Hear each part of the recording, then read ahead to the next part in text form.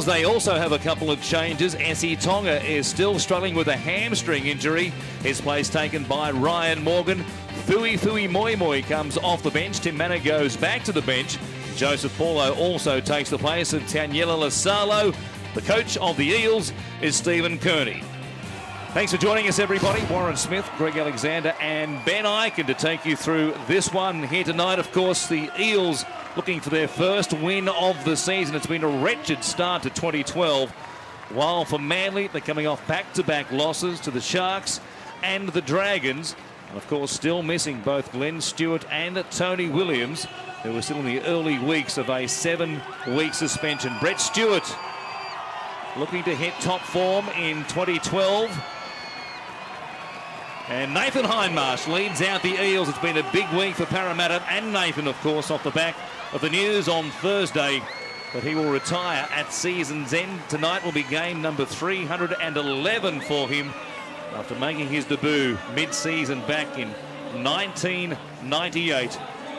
It's been some sort of career, and it will finish at the end of this season. Brandy, what a player he has been. And of course, speaking of greats and potential greats, Jared Hayne is back tonight. And that's a welcome sign after we've seen him for just barely quarter of an hour action so far in 2012. Just might add the confidence to the Eels lineup that they need. They've been playing without it. Jared Hayne back. He's their go-to man, Matt Keating, in a dummy half. Up against that man, Matt Ballin, who's been doing a great job for the Sea Eagles so far this season.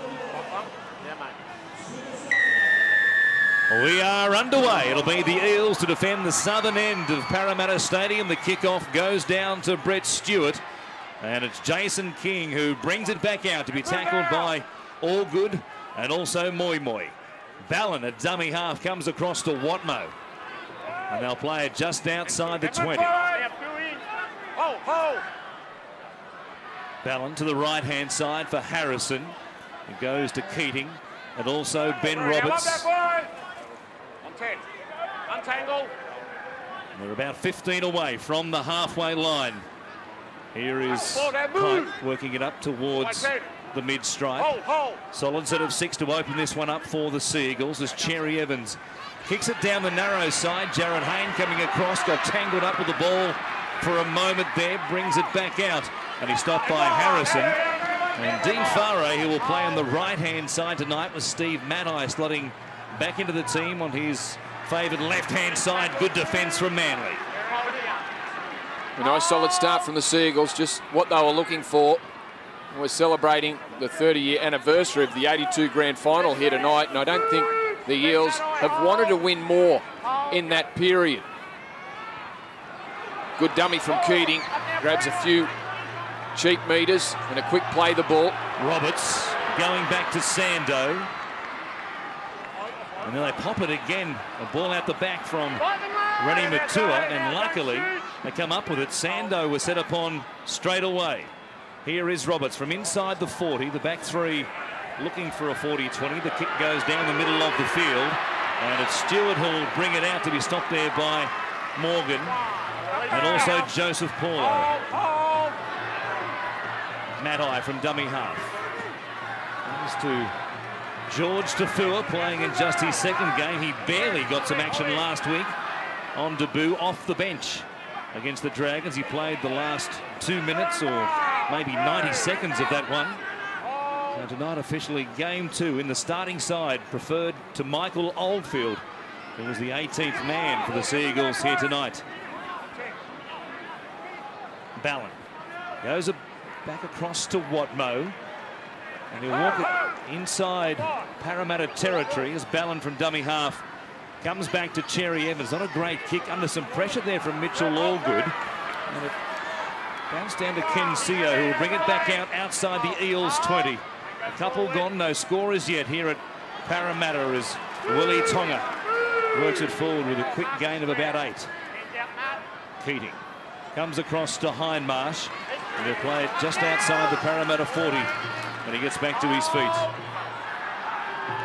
Now Roberts had Jared Hayne back on the inside. They got off to a fast start, Parramatta, 3 weeks ago here with Hayne in the side against the Warriors when they scored 2 tries inside the opening 10 minutes.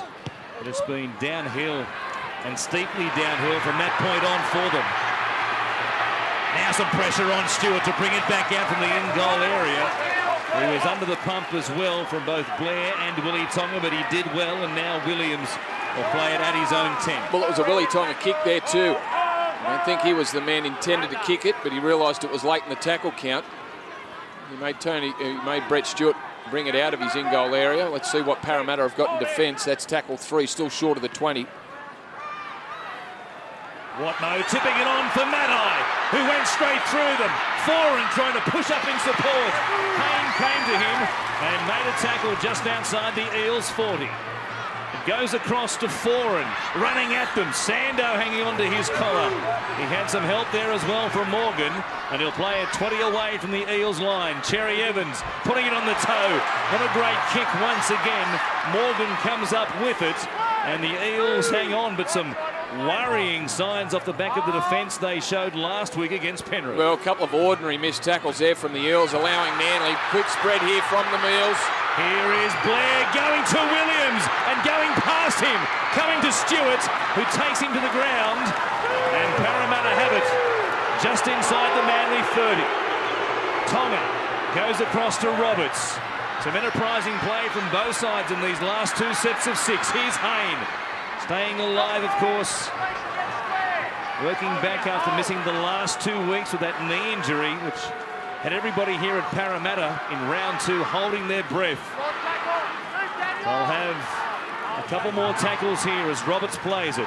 Comes across to Paulo. Moi running at Cherry Evans and also Farah. 10 metres out on the last. It goes from Keating across to Roberts, who will chip it, and in a chaser. Somebody is there. They came down with it. Jared Hayne. That's who. Hayne is back, and Parramatta have the lead here tonight against the Seagulls. Well, it didn't look good for Parramatta. An easy bust. Steve Matai took Manly up the other end of the field, and then it was a quick push to the sidelines. Chase Blair found some open spaces. Too much speed for David Williams. As he looked to get around Brett Stewart, he tripped, he stumbled. And then Ben Roberts had an eternity to kick this. Manly slow off their line, and Jared Hayne has done a marvellous job there. That is brilliant from Jared Hayne. Hands up above his head, over the top of Kieran Foran to get the Eels on the board. What a confidence booster that would be. Just a beautifully weighted kick by Ben Roberts. With his leaping ability, the athlete that he is, Jared Hayne able to bring it down, and Sando from close range should be able to make it a 6-0 scoreline.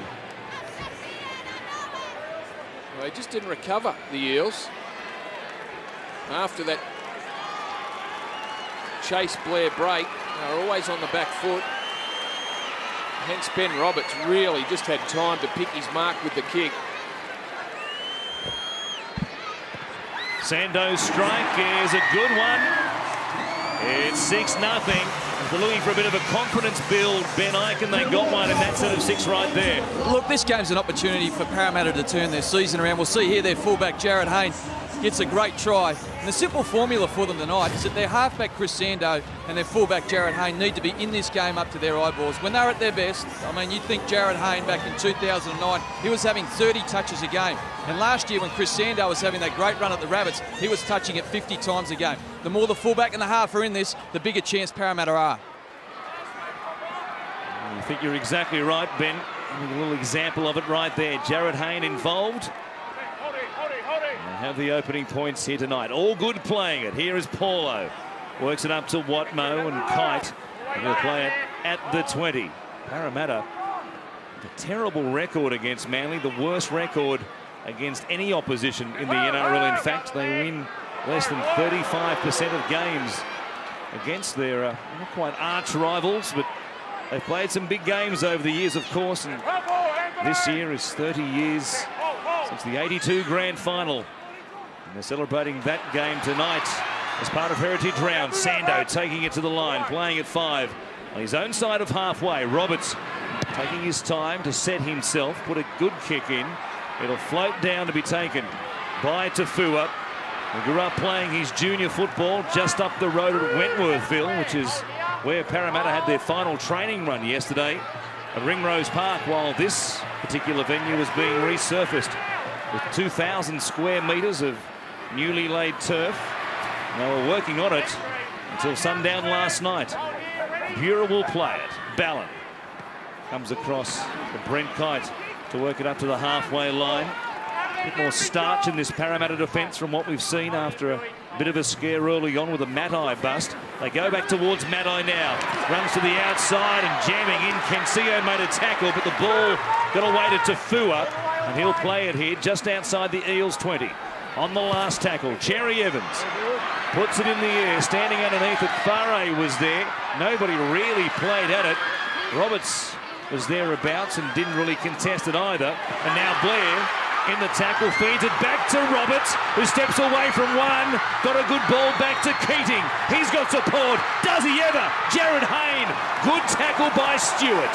Oh, good football from Parramatta, offloading the ball, something that they haven't done all year. Nobody has offloaded the ball on average fewer times per game than Parramatta. Their attack has been anemic, their defence has been brittle. They certainly started on the right foot here tonight. Keating waits at dummy half, and it goes across to Sando. He wanted Matua to come back on the inside, he did, but he was set upon straight away there by Brent Kite. 2 plays left, and Sando will put it in the air, chasing through Moi. He puts some pressure on Stewart. It'll be a knock-on against the fullback. You can excuse him as well if he had a little look and saw who was coming. Well, the kick was absolutely perfect from Chris Sando. It forced Brett Stewart to go from the field of play. Another blade of grass, and he takes that in the in goal. Maybe with a little bit less pressure, but a terrific chase from Moi. And the Eels have backed up a good set off points. When you're ready, Dolly. And forced a dropout. Another thing that they've been down on this year, their kicking game and their ability to build pressure. The goal line dropout is a good one. 50 on the fly. And it's all good to bring it back. But he was met there by Matai, Bura, and also King. Parramatta, plenty of possession to begin this game. The Seagulls under pressure here to defend their line as the home side look for a double-figure lead. Here's Keating just outside the 10. He'll play it to Paulo. They've got numbers and plenty of them to the left-hand side. Moi charging hard and straight. Stopped by Harrison and also Cherry Evans. Here's play number 5. They go back towards Sando. He shifts it on. Matua, a little skip. Comes to the line and almost went through it. Bura only just stopped him. No dummy half. Nobody there on the last tackle. Well, how does that happen? 3 metres out from the line and nobody at dummy half. You could see that happening too. I don't know where Matt Keating was. No one made a move to get in there at dummy half. Matua went so close. They still had a tackle up their sleeve. And Keating was back on the left-hand side where the previous play the ball had been. Ryan Morgan and a host of others were in the vicinity, and nobody went towards the ball. That tells you where they've been and where they may still be at as far as confidence or organisation, at least, the Eels here. Hayne stepping onto the old surface, if you like. It's the middle of the field, which has been completely relayed. You can see that new turf there where Blair is. And it pretty much extends from goal line to goal line, and it's about 20 metres wide as well. A couple of different strains of grass have been used. We'll see how it holds up here tonight. Tonga playing it. Comes across to Paulo, who goes inside the Manly 40. Hindmarsh. A close hand. Sando, though, out the back. Gets it. He'll kick, looking for it to sit down. It'll go touch and goal, though. And Manly will bring it back out to their 20. Well, not a good result there. He kicked early. He kicked on the 4th tackle. He's done that. That's the 2nd time he's done that in an attacking position. And when you kick on 4th tackle from that position in the field, you want it to get in the in goal. You don't want a cheap 20 metres. Number 1, Nathan off, and hold. Slow play the ball as now it comes to four, and Maddie stepping back on the inside of Morgan, making a long run once again. Stewart was there, pushing up, wants a bounce, gets a bounce, and dives over for Manly. They'll need to check it though. They don't. It looked as though Stewart was line ball at best with Maddie when the kick went in. Look, you might be proved wrong when you go back and look at the video, but gee, I thought it was worth a look at because I thought Stewart might have been in front of him. Parramatta having all sorts of troubles down that right-hand side. Ryan Morgan falling off the tackle of Steve Maddie. Oh, I think they're right. I think they've got it right. It did look live that Brett Stewart might have been a yard in front of Steve Maddie. And given how often they check them in that situation, you thought for sure they were going to send it upstairs to our video referee tonight. Pat Reynolds in the box. They didn't require him, and well, it was a good call. They had a good look at it. There wasn't a whole lot in it, that's for sure. No surprise to see the Eagles go down that side. The Panthers exposed the right side for Parramatta last week. Ryan Morgan, who's been brought back into the side after Essie Tonga was named, but Morgan had all sorts of troubles last Friday night. And with no Jamie Lyon, it's Daly Cherry Evans doing the kicking here tonight for the Sea Eagles. And after 15 minutes, it's 6 apiece. Nice play on the left-hand side once again, Ben. Boy, there wasn't much in that, was there, with Stewart only just onside. Yeah, and there wasn't much in it. They're having all sorts of trouble down that right-hand edge. I mean, Parramatta's defence has been ordinary at best. You know, they're conceding the most points, the most tries, the most metres, second most line breaks, second most offloads, and missing the second most tackles in the competition. If they don't D up tonight, they are not going to win this one. Well, Stephen Kearney made a switch too. It was Morgan and Chase Blair who had the problems last week. Chase Blair has been moved to the left side, Ken Seo over to the right, but it doesn't seem to have fixed many problems. A lack of communication on that side of the field. They really have struggled in recent weeks.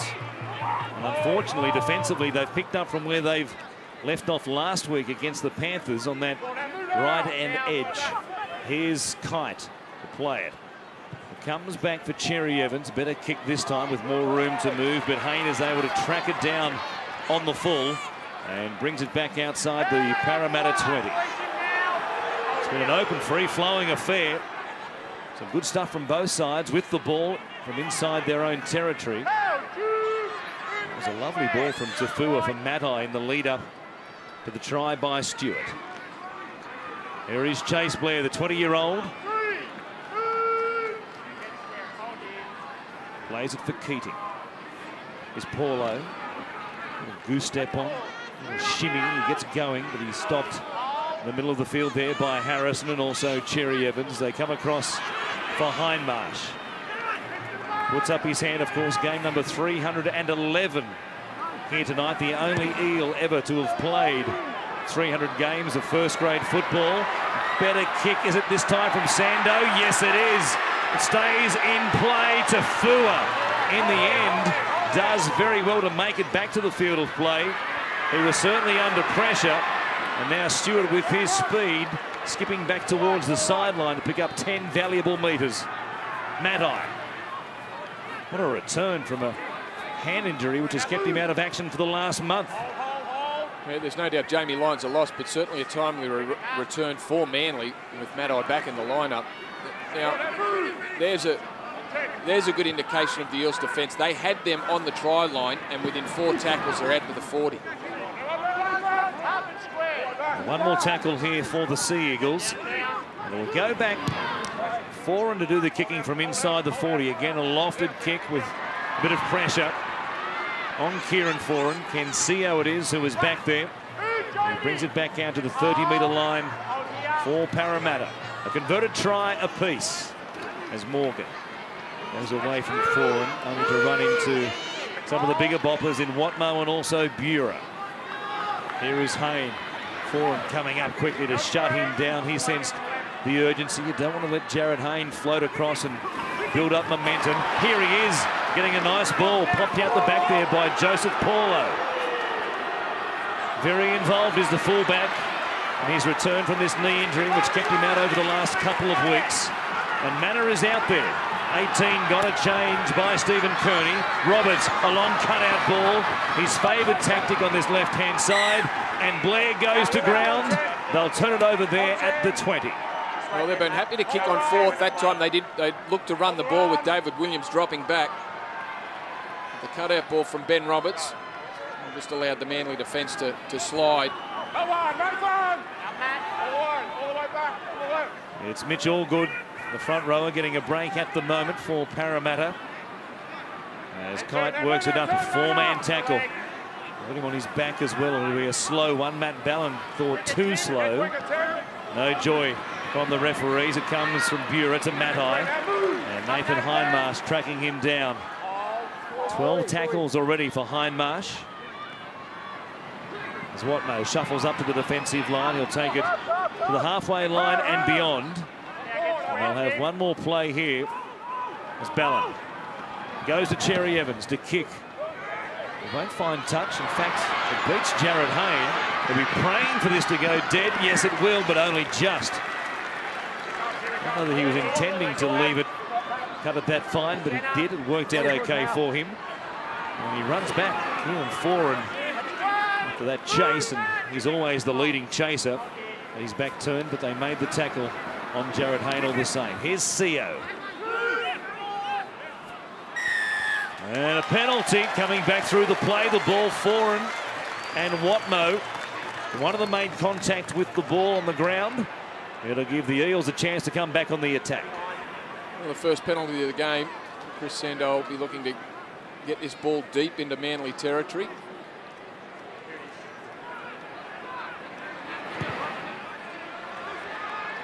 On the 30, boys. Some of the injured players. Jamie Lyne hyperextended his elbow against the Eels, against the Dragons last week. They'll be hoping it's only a one-week injury. Bura getting tangled up and will play the ball there. Here's Hindmarsh standing, offloading, giving it to Rennie Matua, who takes the metres available to him, and he'll take it down within 10 of the Manly line. Plenty of tackles up their sleeve here as Keating links up with Sando. He shows it, goes himself, taken down in a good tackle, and had to be made also there. Darcy Lussick stopped him a couple of metres out. Now they go from dummy half. Too easy for Keating. Manly crack once again, and Parramatta are back in front. Well, the offloads are great to see. There's been 5 already from the Eels. They're not averaging that for 80 minutes of football. They haven't been in the opening 4 rounds, and it has got Manly on the back foot. All the attention of Ben Roberts. No one thought about Matt Keating sneaking through, and it was Darcy Lussick who was caught out at marker. He's a clever dummy half, Matt Keating. As long as he's getting that momentum from his forwards, he's got a good ability to put them in some space. You can't forget about Matt Keating from that distance. And now Chris Sando from beside the uprights. So again, make it a converted try. The difference here. They're certainly scoring points, the Eels, which has been a problem for them so far in 2012. And Sando makes it an even dozen after 22 minutes here tonight on Super Saturday. 12-6 to go back downstairs to bed. I get the feeling that this first 20 minutes for the Eels has all been about emotion. They've had plenty of reason to be up for this game, but now it's all about mental toughness and attention to detail. They have to know and understand the key things they need to commit to for the remaining 60 minutes to bring this home. It's not going to be easy. The Sea Eagles are not going away. Cherry Evans with the restart. No signs tonight. They're going to be going away here this evening, of course. They'll be determined to just shake off the... They were thrown at last week. Coins from the fans were thrown at them as they left the field. That's how much the fans thought of what was a shocking performance against Penrith. And that would make an impact, and so will the retirement of Hindmarsh. And they're fired up here tonight so far, despite leaking a couple of line breaks, but just the one try to this point. That certainly, all that led to a better performance tonight. I don't think anyone was sure they were going to see it from the Eels, but that stings some pride, that the way they've been treated and hammered in the press. Able to get their first penalty of the night. Too high from Nathan Hindmarsh. All coming back.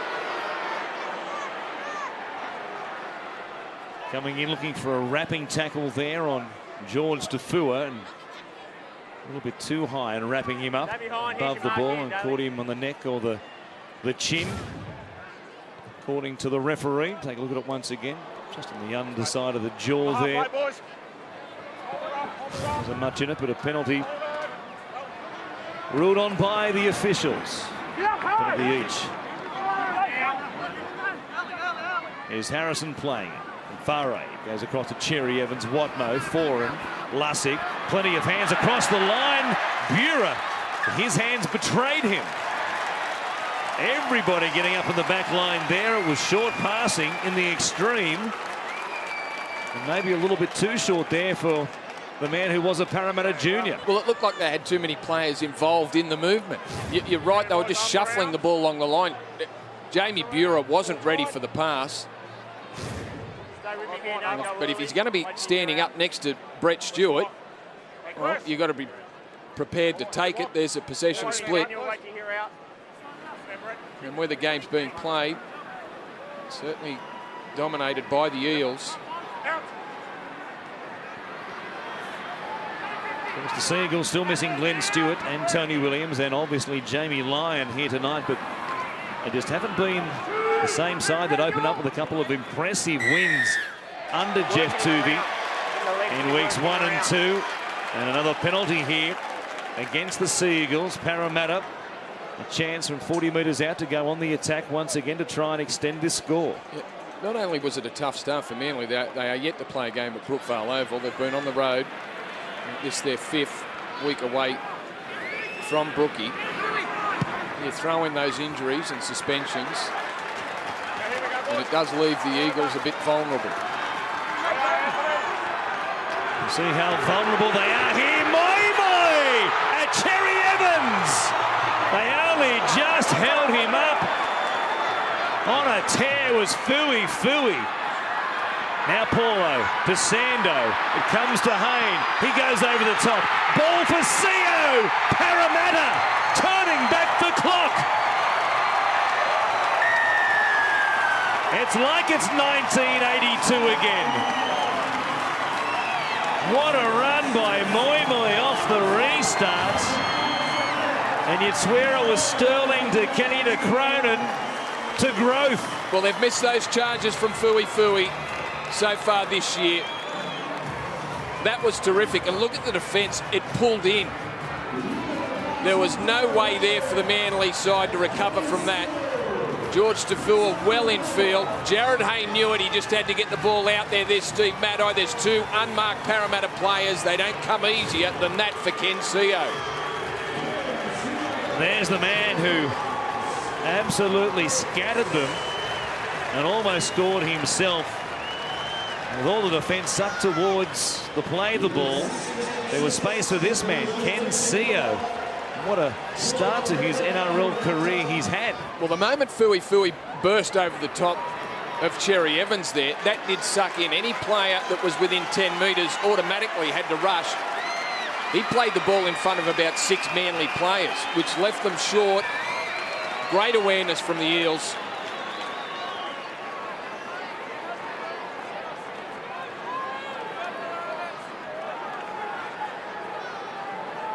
Good look. What Chris Sando has before him. The way things are going, you'd back him in. He's hit it well. They can do no wrong. It's 18-6 to Parramatta. And the excitement, Ben, I reckon, is palpable here in the stadium. Well, the fans are going off behind me, but the great ones, it all happens for them in slow motion, doesn't it? And Jared Hayne, with that opportunity to post points, had 3 and 4 defenders in front of him. He had 2 and 3 attackers outside him, and he made the exact right play. Hit his winger on the chest, another 4 points to Parramatta. And here's Manna. It's old school stuff, but it works, doesn't it? Run hard, tackle hard, and kick long. For the most part, it's worked. Justin Paul, fresh out there, undoes it and kills the momentum for a moment with a mistake with his first touch.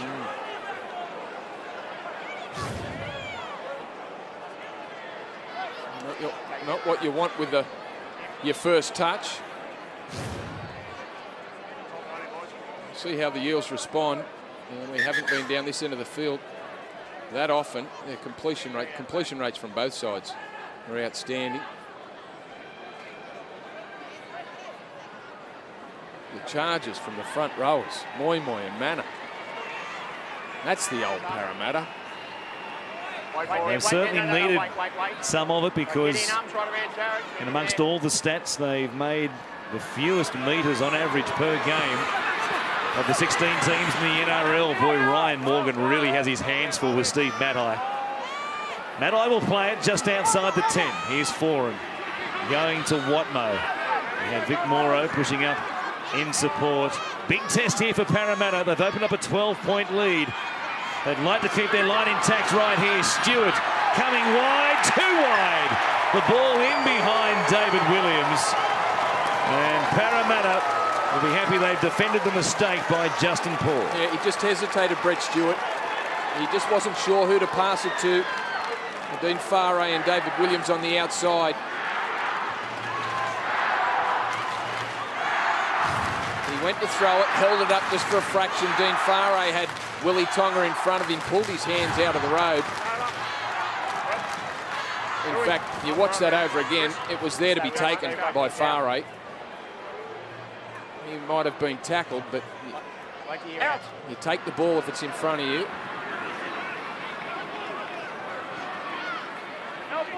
Parramatta win the scrum, and it's Chase Blair who'll play it just outside the Eels' 10. As Keating goes across to Willie Tonga. His brother Essie Tonga, the younger of the two of them, should be back on deck next week for Parramatta.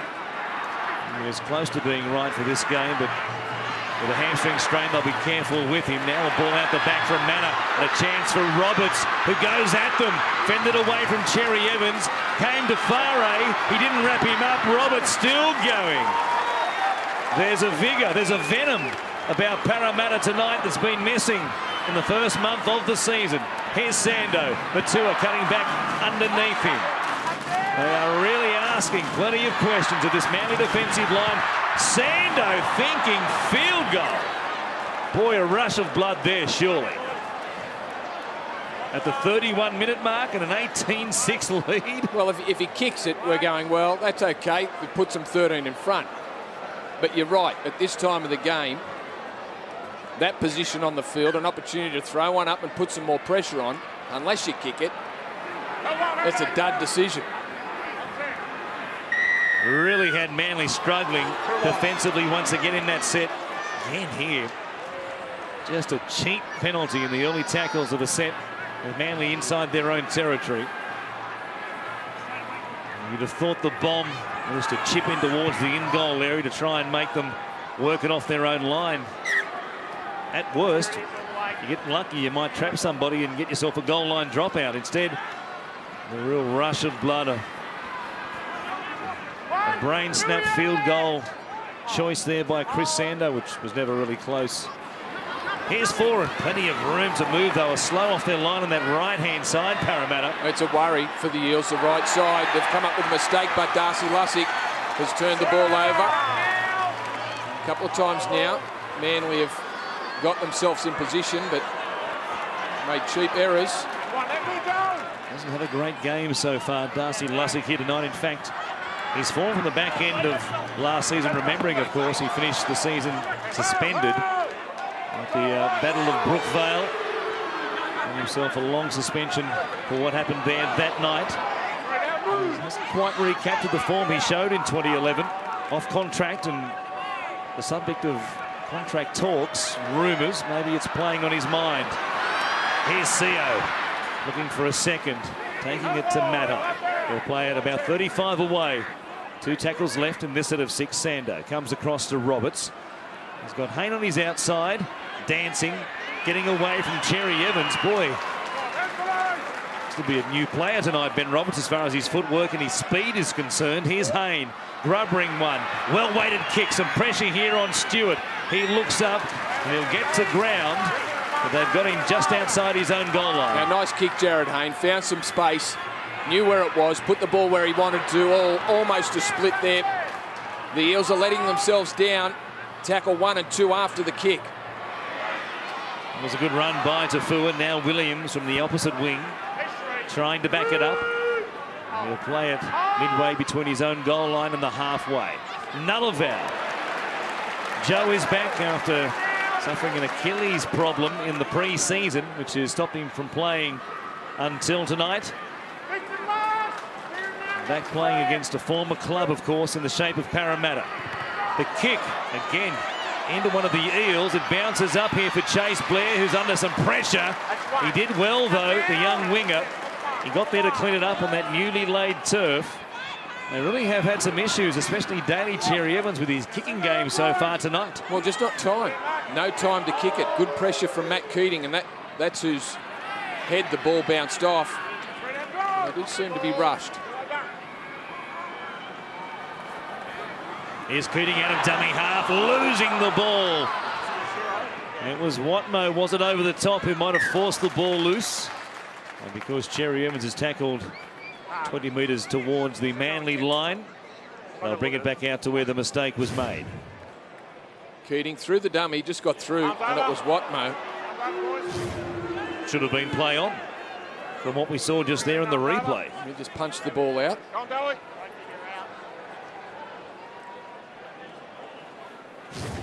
Watch it once again here. Definitely punched out there by Anthony Watmo. And Matt Keating was certainly thinking that was the case. There were 2 in the tackle, so it should have been a strip, in fact, and a penalty to Parramatta as opposed to play on for Manly. A break for the Sea Eagles. And it's Watmo, the man involved, who plays it inside the 40.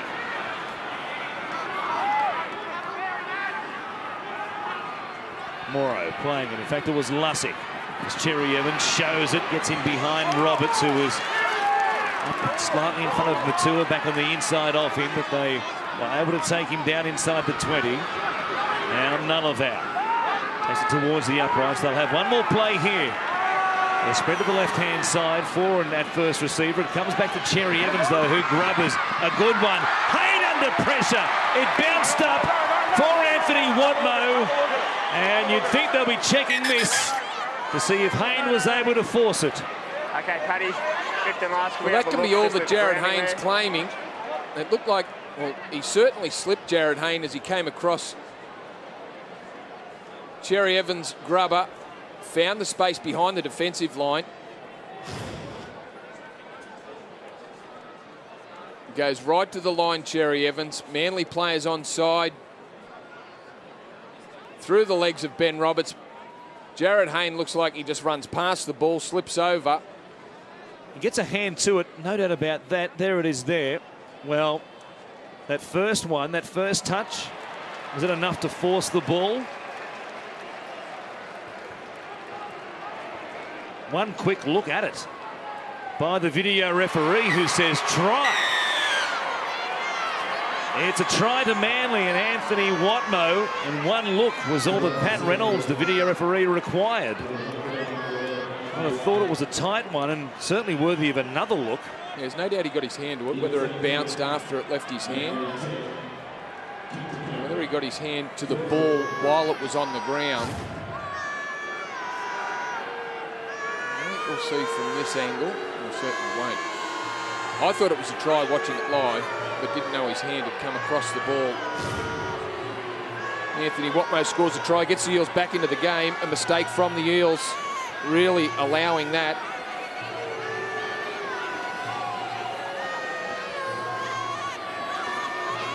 Now the man who put the kick in, DCE, try and convert. About 9 in from the touchline, and he's pushed it wide. It'll stay an 8-point margin. As we take a look at this one, once again, Ben, it was worth a look at a different angle this time around. Jared Hayne, boy, that was a bit tighter than you imagined there. What do you think of that one, Ben? Oh, look, I think it was a try. The thing that got me was that set was going nowhere for Manly. And look how it finished. At the end of the day, Manly have got a club culture that sees them never give in. And what Parramatta need to realise here is that if they don't continue to bring their A game, which they have done for the best part of this half, Manly will just stay with them for the 80 minutes and close it out. Here's Watmo giving on to Farah, grabbed there by Roberts, and also Chase Blair. He went close to the line and did well to stay inside it, doing Farah as Watmo takes it away from the sideline. A couple of minutes left. Certainly plenty of action to talk about here at halftime as Nullarbor works it up towards the halfway line, gets up to go again, and now will play it.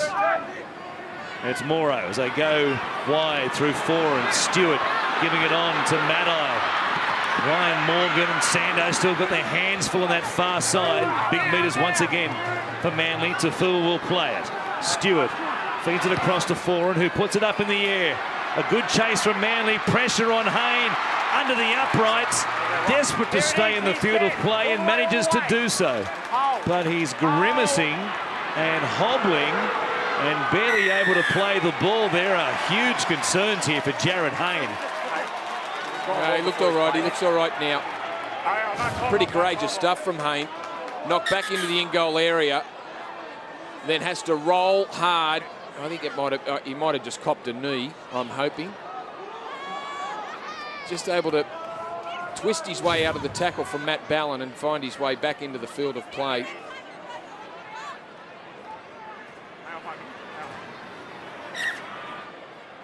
Jared Hayne has that knee heavily strapped. He's setting it up a little bit gingerly off the try by Watmo when he was coming across trying to clean it up. Certainly wasn't too steady on his feet off the back of that good catch he made underneath the black dot. We'll keep our eye on him for this final 60 seconds of this first half. We certainly need him on the field. Such a different side with Hayne at the back as Paul takes it forward to be stopped there by Watmo and also Nullarbor. Keating goes to Manor up, and his face was Lussick. Dropped off the tackle. Another good run by Tim Manor. Starting off the bench tonight, the man that Nathan Hindmarsh has anointed as the skipper-elect for 2013 onwards. A mistake here by Paulo. Okay, got to hold in there, boys. Hold in there. And it will give the Sea Eagles, as they stop the clock with 13 seconds remaining, perhaps one crack here to put something on from a scrum win. Well, they might be 60 metres out, the Sea Eagles. But a shift to the right, I think, would have some nervous Eels fans.